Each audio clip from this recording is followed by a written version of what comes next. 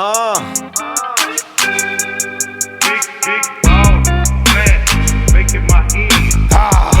Sports God TV broadcasting from DC. Like and subscribe if you really trying to see me. Oh, what a feeling talking sports like religion. No cap over here, man. It's all about business. Share the content. Jump in the comments. Let's get it crack. Here we go. Recap of week number 7. Man, week number 7 was bad for me, man. I went 2-4. And we also got a week number 8 prediction video, man. But 2-4, starting off with the Broncos and the Saints. And you know what I forgot to mention? I didn't even think about the fact that Sean Payton was going back into New Orleans to play his former team in his former stadium. Peyton being the one that brought the New Orleans Saints joy and happiness by winning a Super Bowl with Drew Brees and company. And Sean Payton went into New Orleans and stomped them people's triumphed victory. 33-10. Straight domination. I had picked the Saints to win that game, but obviously they did not. Then we had the Green Bay Packers and the Houston Texans. And the Packers won the game, but I took them on the spread, minus that 2.5 on the spread, and they won by 2. Flukish. They won the game, though. It was a good game. They shut C.J. Stroud down. The man didn't even throw for 100 yards passing, which is crazy considering how he has played since he has been in the National Football League. Absolutely crazy. Then we had what we call the game of the week, Detroit versus the Minnesota Vikings. I said take the Vikings plus the points. The Vikings won outright. I mean, not the Vikings, but the Lions won outright and beat the Vikings. And the Vikings are no longer undefeated. Now the only team that stands undefeated is the Kansas City Chiefs. 31-29, the Vikings lose to the Lions. And then I had my Commanders versus the Panthers, and we already know the Commanders smoked them, put up a 40-piece, 40-7, in dominant fashion.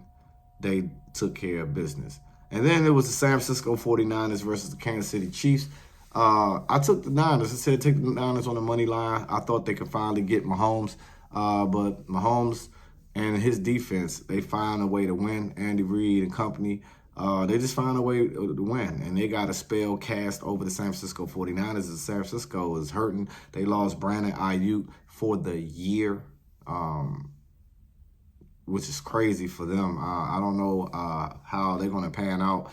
Brock Purdy going to have to rev it up. Hopefully they can get Christian McCaffrey back in the lineup, but San Francisco look like they're going downhill, and that Super Bowl window appears that it is closing. Chiefs remain undefeated. And then we had the Monday night game between the Ravens and the Bucks. It was an explosive performance by Lamar Jackson, threw 5 touchdown passes. Derrick Henry had a monster game as well. The Bucks started off hot, but then Baker started throwing some picks. And they also lost Chris Godwin for the rest of the year. And that's probably due to the head coach keeping them in the game when the game was out of reach. I didn't really understand that philosophy, that theory. Maybe he wanted them to continue to play and just get ready for next week, but it wasn't good enough for the Baltimore Ravens because the Baltimore Ravens won. I took the Buccaneers and lost that game as well. Horrible, horrible week. Looking forward to bounce back right now. Week 8. Starting off with the Vikings and the Rams. Rams are at home. Vikings are 3-point favorites. Prime time game on NFL Prime Video. Give me the Vikings. I expect the Vikings to bounce back. Minus the 3. Give me the Vikings to take down the Rams. Then you got, let's go. I'm going to Eagles and the Bengals. Bengals on the road. Bengals at home. Bengals are favored by 2.5 points. The Bengals definitely 0-3 at home, and the Eagles are 2-1 and look like away. It looks like they can definitely start putting together some stuff. But give me the Bengals. I think the Bengals and Joe Burrow and them get their first home win versus Philly. Philly still haven't put up a super dominant performance yet to make me back them in this particular game. Then you got, let's see, we strolling down to the Falcons and the Buccaneers. Falcons are 2.5-point favorites on the road. Give me the Bucks plus the 2.5. I think the Bucks bounce back. Yes, they lost Chris Godwin. Yes, Mike Evans probably will not play as well. They're going to be a little thin at receiver, but I think they got enough to get it done with stingy defense and definitely making some plays on the offense side of the ball. Give me the Bucks plus the 2.5. And then you got the Colts and the Texans. The Texans are home 3-0 at the crib as well, favored by 6 versus the Colts. 5-2 is the Texans, 4-3 is the Colts.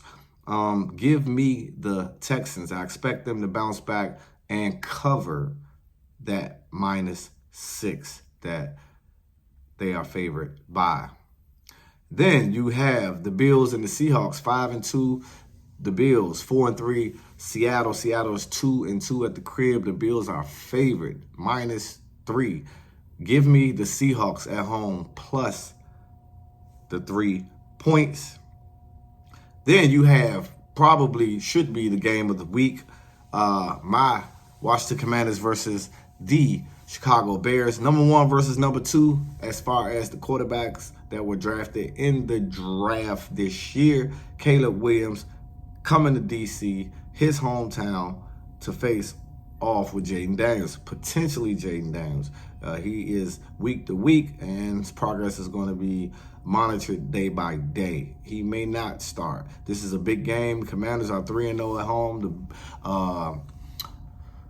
The Bears are 0-2 on the road, and the Bears are actually favored by 3 points. It all depends. This game is kind of sketchy, but what I'm going to do is take my Commanders plus the 3 points versus the Chicago Bears. And then the Sunday night game, Dallas 3-3, 3-0 on the road, but 0-3 at the crib. San Francisco 3-4, 2-2 at the crib. San Francisco is favored by 4.